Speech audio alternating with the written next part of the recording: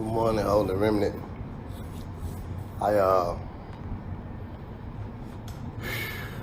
been bogged down with studying, writing, and trying to finish this assignment, this book. And as promised, I said I'd bring snippets as to the build-up of the finished product. Today I'm going to be discussing and understanding the fact that humans are a conduit to a spiritual world, to have a manifestation as physical world by definition. This is one of my writings from building this thesis. Like I said before, if you see the word phenomenon, you see omen in it. En means infinite number.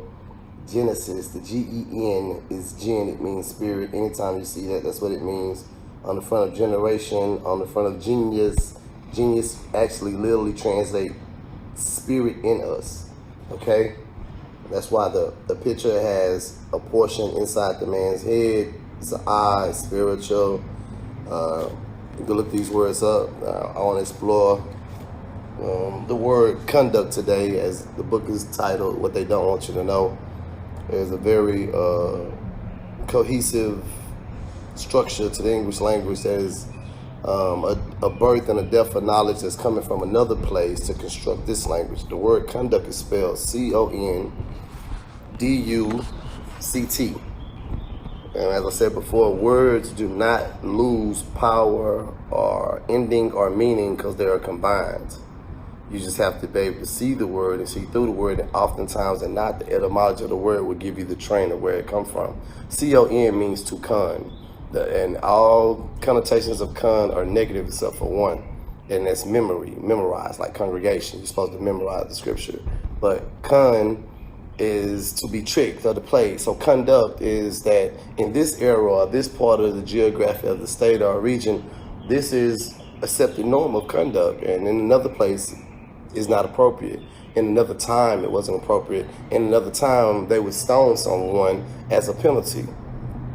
Clearly, you cannot stone no one. Today, you have to be in a court of law by your peers, and if you're of African descent or a minority, this probably not going to be your peers, but that's another subject. So, the word duct is D-U-C-T. Duct is a passageway, like an air duct. An air duct brings the air condition from the roof of the building, the generator, the motor, to the inside of the building. So duct is a tube, a passageway. The word conduct, the interesting thing about the word conduct in the Oxford or Webster Dictionary, Oxford being the better because it's a universal thing, as in you have a loafer, then you have an Oxford loafer, you know what I'm saying? Conduct is defined as escort or guide. Escort or guide is capitalized. When you see a word capitalized in a definition, that means it's a synonym. Some part of that word lines up with that other word. Then it says the act, manner, or process of carrying on. This is the definition for conduct now, not duct, conduct. And it says management. That management is capitalized. It's a very tricky one.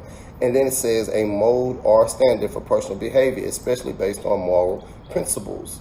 Now, the interesting definition in here is when it gets down to the part where it says 3AB, to convey a channel. Channel is channeling from the spiritual world, like TV channels. Channels are channeling, all right? Then it says a medium for conveying or transmitting. That word medium means go-between. It's also psyche or a psych or the go-between from this world to that world, or whatever spirit anchors you is what I'm getting to, okay?